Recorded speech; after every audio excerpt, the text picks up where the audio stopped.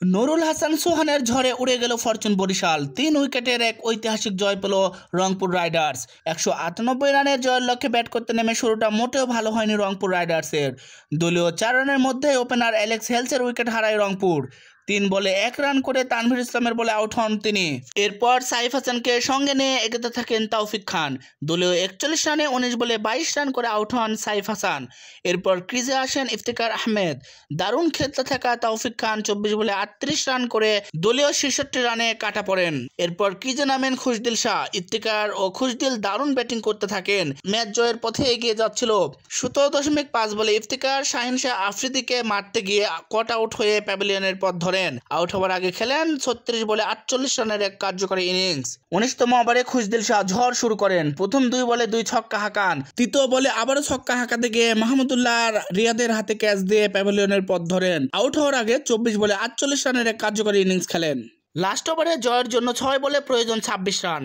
ক্রিজে ছিলেন নুরুল হাসান সোহান এবং বোলিংয়ে ছিলেন কায়েল মায়ার্স। প্রথম বলেই ছক্কা এবং পরের 2 বলেই বাউন্ডারি হাঁকান নুরুল হাসান সোহান। পরের 3 বলে 12 রান প্রয়োজন ছিল। চতুর্থ বলে আবারও ছক্কা হাঁকান নুরুল হাসান সোহান। 2 বলে 6 রান প্রয়োজন। পঞ্চম বলে আবারও 4 হাঁকান নুরুল হাসান সোহান। 7 বলে 30 রানের এক ঝড়ো ইনিংস উপহার দিয়ে দলকে বিজয়ী করে মাঠ ছেড়েছেন। আজ দিনের প্রথম খেলায় মুখোমুখি হয়েছিল চিরপ্রতিদ্বন্দ্বী 2 জনপ্রিয় দল রংপুর রাইডার্স ও ফরচুন বরিশাল। সিলেট আন্তর্জাতিক ক্রিকেট স্টেডিয়ামে টস জিতে রংপুর রাইডার্স বোলিং করার সিদ্ধান্ত নেয়। বরিশালের 2 উদ্বোধনী ব্যাটসম্যান তামিম ও শান্ত প্রথম ওভারটা দেখে শুনেই খেলেন। প্রথম ওভারটা মেডেন পান মেহেদী হাসান। এক প্রান্তে তামিম কিছুটা ধীর গতিতে ব্যাট করতে থাকেন, কিন্তু অপর প্রান্ততে শান্ত ছিলেন খুব মারমুটি মেজাজে। বরিশাল প্রথম 4 ওভার শেষে কোনো উইকেট না হারিয়ে স্কোরবোর্ডে 23 রান সংগ্রহ করে।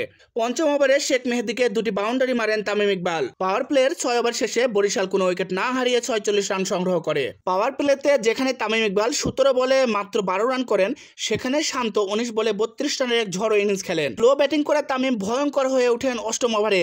ইফতিকারের করে ওভার থেকে নেন 18টি রান। সময় বাড়ার সাথে সাথে তামিম শান্ত দুজনেই সমান তালে রান তুলতে থাকেন। 10ম ওভার শেষে কোনো উইকেট না হারিয়ে স্কোরবোর্ডে 81 রান তুলে ফরচুন বরিশাল। 11তম ওভারের প্রথম বলেই কামরুল ইসলাম রাব্বিকে মারতে গিয়ে 30 বলে 41 রান করে কাটা পড়েন নাজমুল হোসেন শান্ত আউট হবার পর দলের 9 রান যোগ করতেই আরেক ওপেনার তামিম ইকবাল ফেরেন সাজঘরে।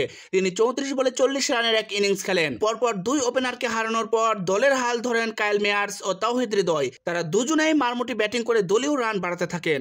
15.3 ওভারে দলীয় রান যখন 126, এমন সময় দারুণ খেলতে থাকা কায়েল মায়ার্স আউট হন, কিন্তু 6টি ফিল্ডার সার্কেলের বাইরে থাকায় নো বল হিসেবে ঘোষণা করা হয় তার বলটি। নতুন জীবন পেয়ে মায়ার্স যেন আরো বেশি ভয়ঙ্কর ও বিধ্বংসী হয়ে ওঠেন। হৃদয় ও মায়ার্সের পার্টনারশিপ মাত্র 32 বলে 56 রান করে ফেলে। দলীয় 149 রানে আকিব জাভেদের বলে আউট হবার আগে 18 বলে 23 রান করেন তাওহিদ হৃদয়। এরপর রিয়াদ ও মায়ার্সের কাঁধে দলীয় রান বাড়ানোর দায়িত্ব পড়ে। সাইফুদ্দিনকে উড়িয়ে মারতে গিয়ে বাউন্ডারির কাছে ধরা পড়েন রিয়াদ। 4 বলে 2 রান করেন। রিয়াদের আউটের পর ফাহিম আশরাফের ঝড় শুরু হয়। গতিমানব নাহিদ রানাকে একের পর এক ছক্কা ও 4 মারতে থাকে। নাহিদ রানার 19তম ওভার থেকে আসে 22টি রান। 20তম ওভারে রান আউট হওয়ার আগে 6 বলে 20 রানের এক বিধ্বংসী ইনিংস উপহার দেন ফাহিম আশরাফ। কায়েল মায়ার্স 29 বলে 61 রানে অপরাজিত থাকেন।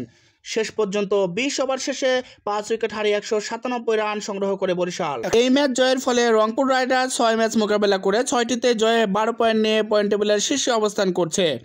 বাংলাদেশ ক্রিকেট ও বিপিএল এর সকল আপডেট সবার আগে পেতে আপনার সময় ইউটিউব চ্যানেল এবং আমাদের ফেসবুক পেজটি ফলো করুন।